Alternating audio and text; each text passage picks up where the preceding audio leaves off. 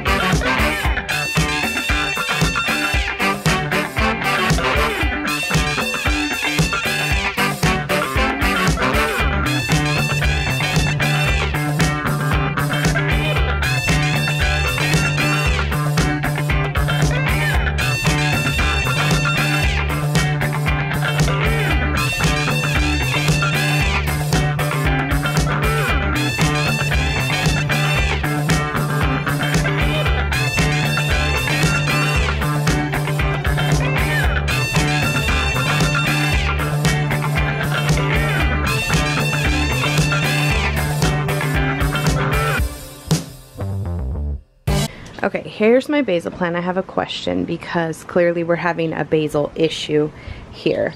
So 2 days ago, I came out, watered my plant, no problem. I did notice one of the stems, I'm not sure which one of like the little stems was bent, and it had this actually, which looks like something tore it up. It was like this.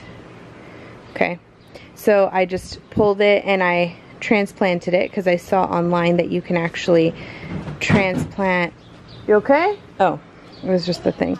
That you could transplant like the branches or whatever, stems and stuff, and you could regrow a plant. So I was like, oh, intriguing. So I actually pulled, there was one like extra. You see how this guy is growing extra here? There was one extra here, so I kind of pulled him out and put it over here to see if I could get 2 basil plants growing.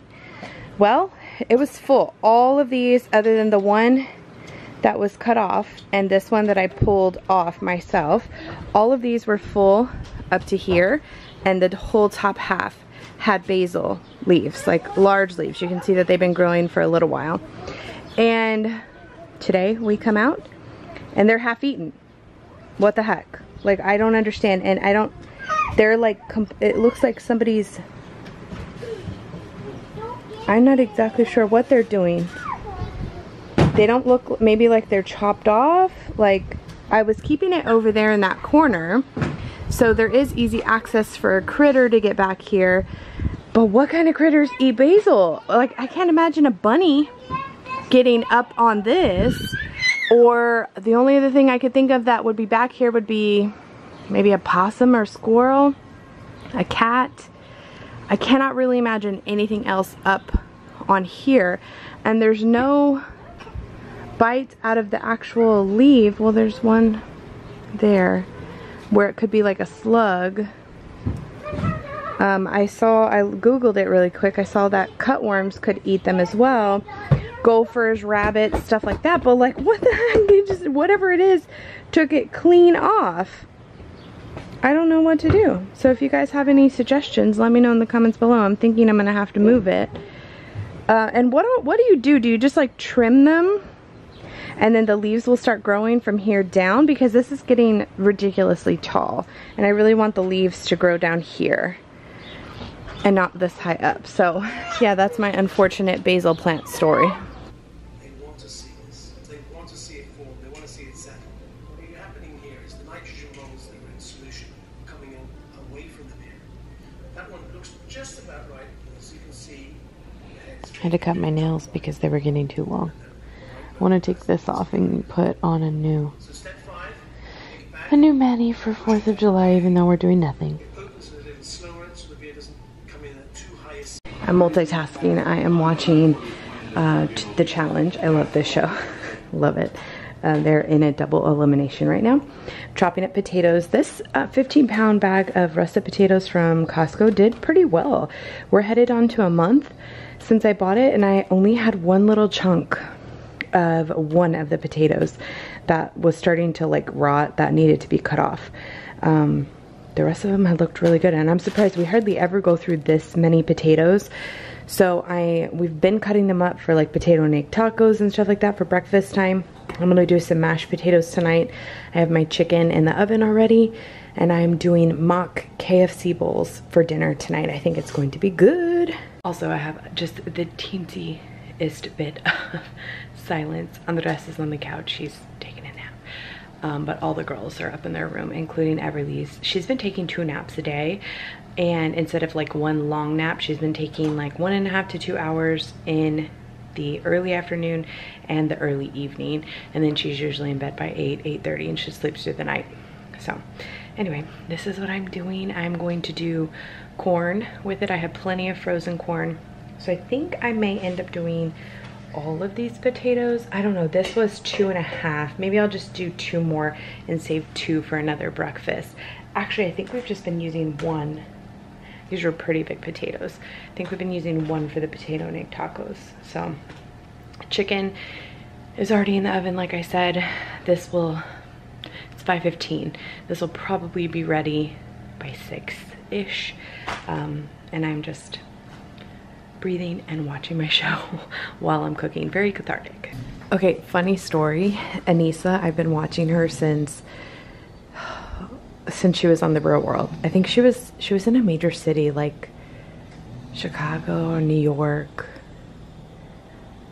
Something like that. I'd have to look it up. Let me look her up. Okay, I just had to look it up because I wasn't sure. I couldn't remember if she was from New York or Chicago. She's from The Real World Chicago, which was season 11, and it ran from 2000. It ran in 2002.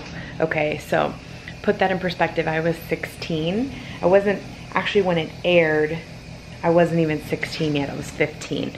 So yeah, my tragus piercings, I have both of them done. I got when I was 16, right? I was just over 16 because I remember I went to a magnet high school, and I remember having trouble because it was kind of a conservative magnet high school, and they didn't love the fact that I had piercings and stuff like that. So like, I didn't get my nose done until I was 18, but my mom, I didn't get these done until I was 19. But my tragus piercings, I got parental permission. So I had already had like 2, I had my cartilage pierced and 2 piercings down here. Actually, I may have had 3. I know for sure 2. No, because I had already had 3. I had 3 piercings when I was in high school, and I had my belly button pierced. I was a lot smaller in high school. And yeah, the only thing that I got after I graduated and I was an adult, when I could consensually like sign for myself, was my tongue, my nose, and my dath. Is that what that's called? Whatever that thing's called. that was all I had. And I haven't worn, my third hole's actually closed, just my first and second that are still open. Anyway, aside from the piercings, if you have watched the Get to Know Me on this channel a long time ago, you would have heard all of that information. But funny thing, every time I watch her, it reminds me of when I watched her on The Real World. Like I said, I was 15 and a half. I loved her tragus piercing, loved it. That's where I got the idea to get a tragus piercing to begin with. It just so happens she just has one, and I just saw it, which reminded me of it. I think it's her right ear, unless the camera's flipped. But she has the one pierced. And I just remember thinking, that's such a cool piercing. I want to get that done. Here I am, lo and behold, friggin' 16 years later, 17 years later with the same tragus piercing. And she's the person that inspired me to get it. Crazy, right? I know. That's my Instant Pot going crazy over there. We just got done watching the movie Contagion. Andreas watched it the other day, and I really don't, like, under normal circumstances, don't like watching movies that are or could be based on things that truly could happen, like end of the world type things. I don't know why, because I know that they happen, and I don't know. That's why I didn't watch The Walking Dead for so long, which is so unrealistic, I know, but you never know, right? Like, you never know. There are people that truly, truly believe in zombie apocalypse type stuff. And so I usually don't like watching those kinds of things, but he said that this movie was like eerily similar to what we're going through right now with the COVID-19 pandemic. And he was spot on. If you've never watched it, it's from 2011, so it happened after, you know, the whole H1N1 crash and all that stuff. So it's like I told him at first, it is eerily similar to what we're going through right now, because every time we go through something like this as a world, the same types of things happen, which is like what I was talking about the other day with the Spanish flu in 1918, how I saw a post of this girl that compared pictures from 1918 to pictures from 2020, and they're the same. It's like this, we're going through the same things every so many years, that, you know, some novel virus comes out that we don't know how to, we don't have a vaccine, we don't know how to cure, whatever, and or to treat. And so that's why it's so similar, because this has happened before multiple times. But it truly is like, it just shows you how quick something can spread, how not wearing your mask, not protecting yourself, how quickly other people could be infected. You know, it just was, not that I wasn't seeing it or like experiencing it, but that movie truly opens your eyes to those types of things. If you've never watched it, I would suggest watching it. Matt Damon's in it, Kate Winslet, Gwyneth Paltrow. There are a few other big actors and actresses in it, and it was a good movie.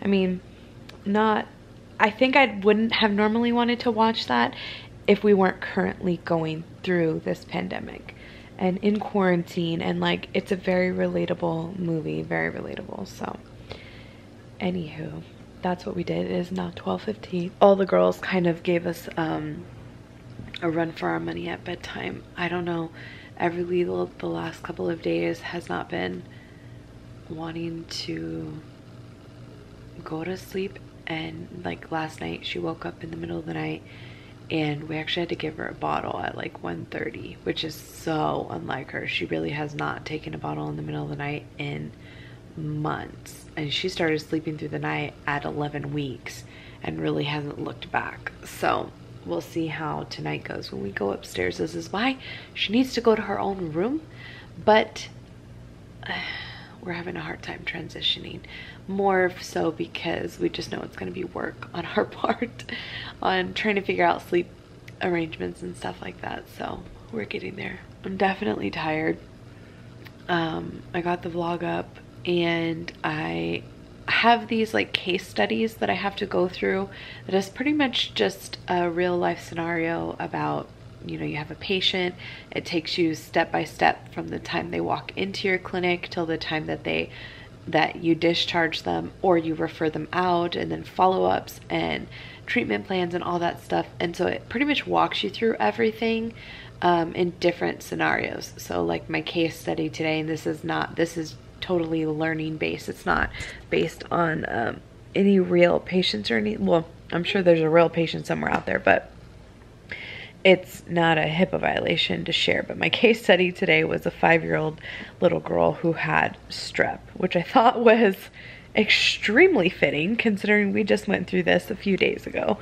And yeah, she had scarlet fever and tested positive for strep. So it was like a different treatment plan actually than, because of her age, than what Emmy got, but nonetheless, that's what it was. Oh my gosh, I keep yawning. And then I had to, so that took me like an hour to read through that, and it asked you like questions alongside, and then you have to turn in proof that you finished it, and then you have to take a quiz after, which is crazy because it asks you questions in it. You actually have to type out your treatment plan and then answer multiple choice and select all that apply questions throughout the entire case study. And if you don't pass it, you don't get credit. So why we have to take a quiz on top of that after, I'm not exactly sure, but the quiz was more like detail oriented. Like, this test for mono will give a false negative unless done after how many days incubation. Like, if you were not reading the case study and truly following along,